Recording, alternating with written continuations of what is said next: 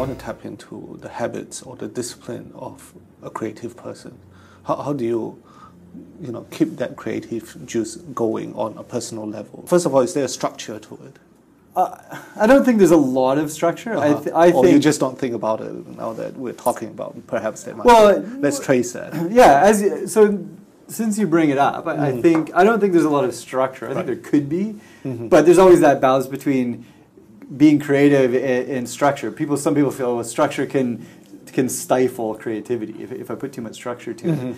But that said, I would definitely say that if a person understands themselves well and where they work well, what generates ideas, where they get into a nice flow state, then put structure around that. Then put some routine to it, yes. Because then you're going to ideally stimulate that where you're at. But I don't think there's a standardized template that you can apply. So what's a David O. Hogan's routine? So I read a lot, which going back, just as you mentioned that, I think back to my childhood with my father, who both my parents did a lot of reading, a lot of fiction reading, but also a lot of other reading, and they always were encouraging us to read. And I like reading now, and I think part of it is their influence and their support in that. But I remember a conversation going way back that my dad was saying, well, if you want to be creative, you need to read, you need to understand. And I remember thinking at the time, I was quite young, thinking, well, I'm only reading what other people have already done. So how can that help me be creative? A bit naive now looking back at it, but I do think that reading and understanding what other people are doing can spark ideas for myself. Non-fiction or fiction? I like both. I don't know that fiction. What is the correct formula? Let me give you a backdrop to why I asked this question. So I came off from a conference on the future. It says, so one of a play, it says that in order to invent the future, read science fiction, right? Not science book, right? Because that triggers imagination, and that's the only way. Yeah. I definitely would agree with that, because you want to, going back to just general creativity, you want to really push the boundaries of whatever you're thinking about, because it's then that the big ideas come. If you think, I have to do this a little bit better, I have to make this process a little bit more efficient than it currently is, you're not going to get it. So you're not jumping the next curve. Yeah, you might make an incremental difference because all you're focused on is that process itself. Where science fiction is great because it's just fantastical. It's just so bizarre at times and interesting that's where you're going to push your mind, or you're going to allow your mind to start thinking in more radical, different ways, and that's an important part of creativity. So the danger is if everyone is reading Blue Ocean Strategy. Then it's no longer Blue Ocean anymore. Well, yeah, true, very true. But you either hide the book or make it the bestseller. But either way, it's not going to be effective. Yeah, that's a good point. But I guess a lot of people are just stuck in the day-to-day thing that aren't really pushing the limits in their thinking. Journaling, I think, is another good one, because there's the idea of, I've started recently doing stream of consciousness writing. Wow. So first thing in the morning, because there's pretty convincing data that shows most people are most creative. The brain is most active when they first wake up in the morning. So I'll write for 5, 10, 15 minutes. Whatever's in my mind, I'll just write it out first thing in the morning, which is a really interesting exercise. So how many pages does it go to? A couple pages usually. If 2-3 pages sometimes in a morning, in a session. The sessions can be 5 minutes or they could be 20 minutes. But it's interesting because you don't have to do any thinking. You just write whatever's in your mind, and then often what you see on paper stimulates something else or connects to another idea off of that. Does it surprise you looking back at those notes? Well, that's the really interesting part. It's interesting when you're doing it, because you're like, I don't even have to think. I'm just writing and writing and writing. Yeah. But when you look back and review it, that is interesting, because you're like, well, who's this guy writing? Well, yeah, where is this coming from? Yeah, so that's an interesting part of it.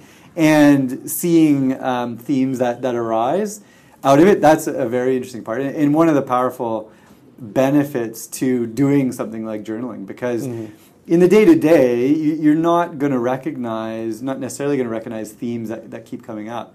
In a similar way that in a career, someone could go through years in a professional career and not really recognize things that have stood out or environments where they've really thrived in. They see themselves in the moment, but they don't connect to say, every time I lead a team of people in a high-pressure environment, we're always successful. They don't often see that. So reflection is important.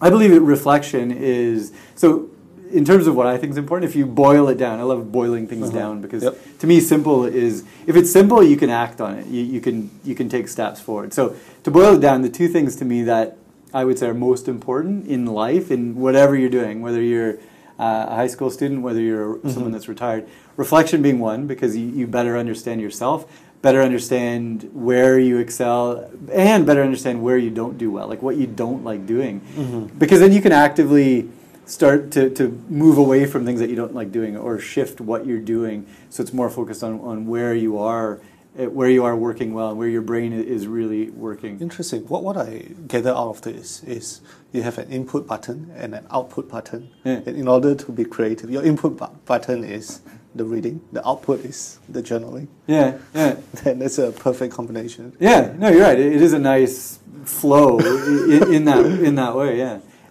So I think just going back to the input side, reading and writing I think are key, and then also other forms of drawing, because going back to Lego again, building something with Lego can unlock different ideas than you could if you're just writing on a blank piece of paper.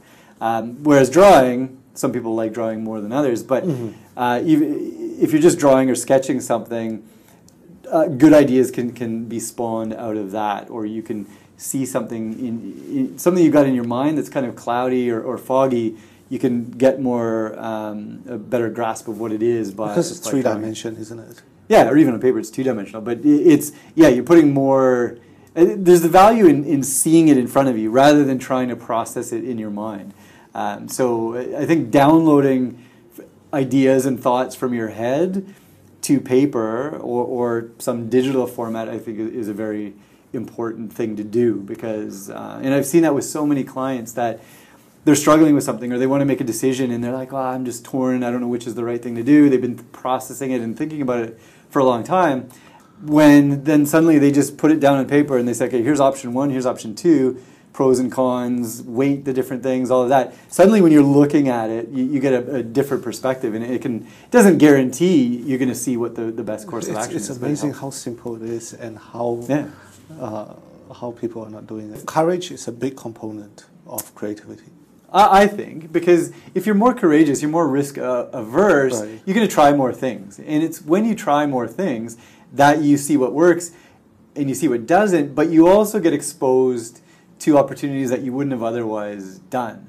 If you recall, how many years ago was that? The Secret, remember when that was released, and it's a bit. I'm not a think, and you have your parking space. Yeah, exactly that one. Like that kind of stuff. I don't know if I believe in it, but I do believe one of the core foundational elements of that is putting yourself out there and sharing what you're doing with other people. And then, because people think, well, I don't know, the idea is not at a good enough state yet to share it, or people are going to laugh at me, or people are going to think it's strange, so they don't share. But it's such a better practice to share what you're thinking and your ideas, and then people, again, going back to that collective intelligence, people can generate ideas off that, or build on that, or direct you in a completely different direction. Because I might share it with someone, an idea with someone, and they're like, that sounds good, but I've seen this, or I know this guy, and then suddenly you get exposed to a different job, to a different industry, to a different opportunity that you wouldn't have otherwise done if you'd never put it out there.